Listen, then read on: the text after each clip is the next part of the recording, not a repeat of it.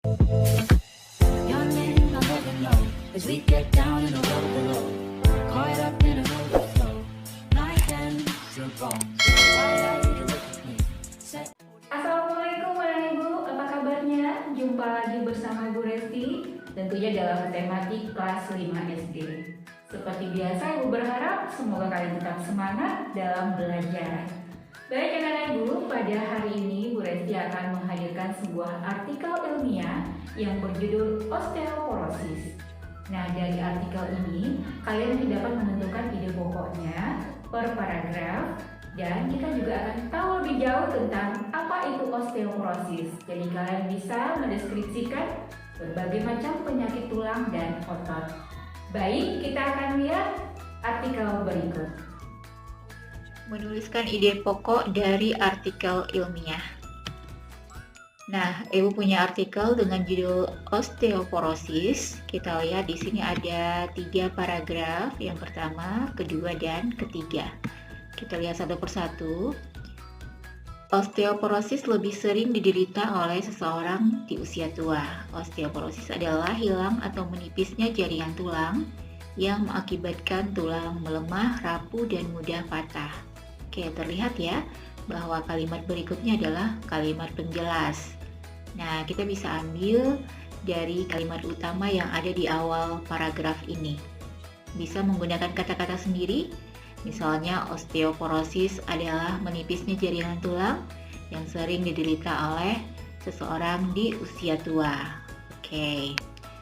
Berikutnya, di paragraf kedua kita lihat perbedaan antara tulang normal dan tulang osteoporosis antara lain kepadatan tulang.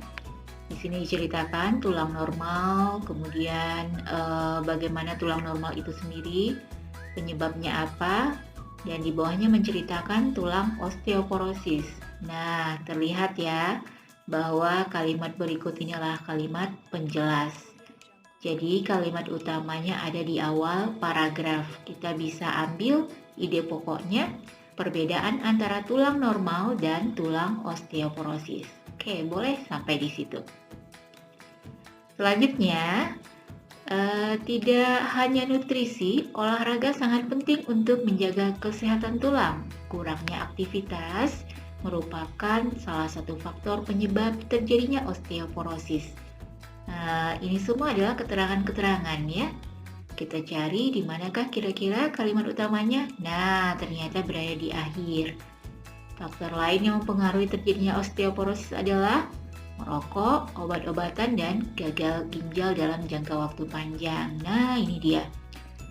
Kita bisa buat ide pokoknya, faktor-faktor yang mempengaruhi terjadinya osteoporosis.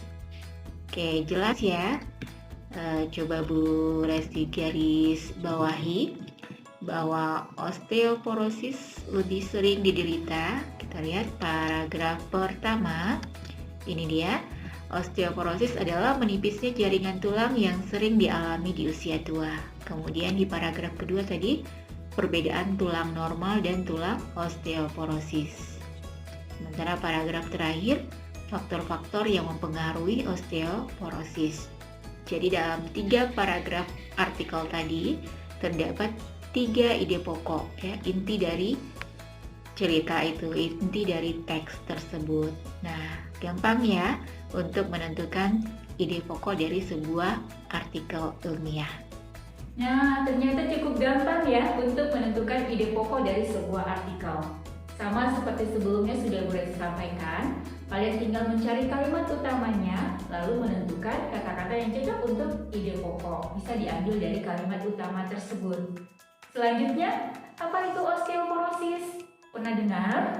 Ya, itu adalah penyakit tulang. Kita akan lihat satu persatu penyakit tulang dan otot. Ya, kenapa sih bisa terjadi dan bagaimana cara menghindarinya? Baik, kita lihat gambar berikut ini. Nah, Ibu, selain osteoporosis tadi, ternyata ada berbagai macam kelainan pada tulang dan otot. Nah, kita lihat tulang punggung akan terasa sakit ketika membaca sambil tidur. Kemudian tulang punggung membengkok ke belakang saat kita membawa beban yang sangat berat. Saat bangun tidur, leher terasa kaku dan tidak bisa digerakkan ke kanan dan ke kiri. Kemudian sikap duduk yang salah sehingga tulang belakang melengkung ke arah samping. Tulang punggung yang bengkok ke depan atau ke belakang karena cara berjalan yang tidak benar. Kenapa ini semua? Apakah nama kelainannya?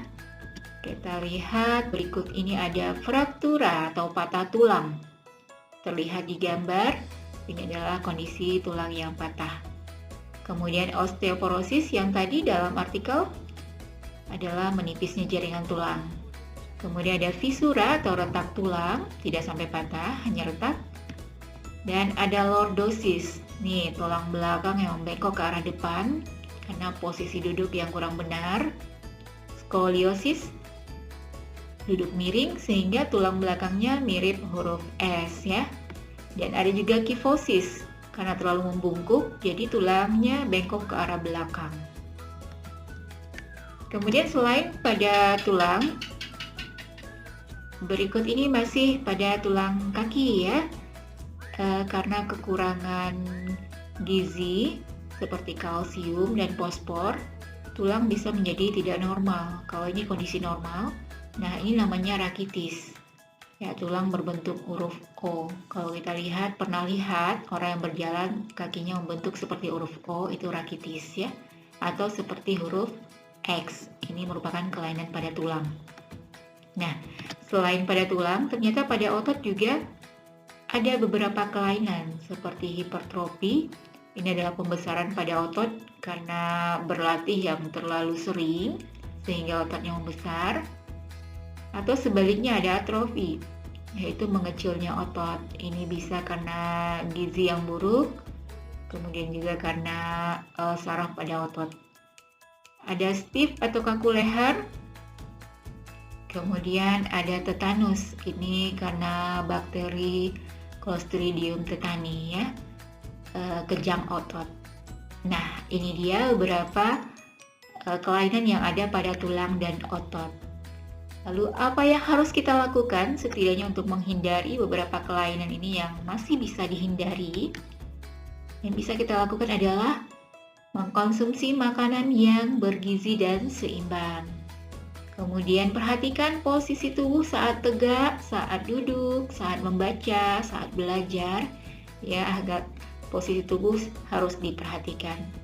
Kemudian jangan lupa berolahraga secara teratur. Nah, ketika hal ini telah kita lakukan, mudah-mudahan kita termasuk orang-orang yang mensyukuri, tetap menjaga kesehatan tulang kita. Nah, Nenek Ibu semua, kalian sudah tahu berbagai penyakit tulang dan otot ternyata sangat berbahaya ya. Dan apa saja yang harus kita lakukan sudah kita pelajari tadi. Jangan lupa mengkonsumsi makanan yang sehat, olahraga yang teratur, kemudian sikap tubuh yang benar ya, agar tulang kita tidak menjadi salah ya, tulang kita tidak bengkok, tidak miring ya. Seperti tadi ada skoliosis karena duduknya yang tidak benar dalam waktu yang sangat lama. Jadi kita bisa perhatikan kesehatan tulang kita agar dapat digunakan dalam waktu yang lama. Baik, semoga pembelajaran kita hari ini bermanfaat. Selanjutnya kalian bisa mengerjakan tugas yang ada di lembar kerja. Demikian dari Bu Resti. Assalamualaikum warahmatullahi wabarakatuh.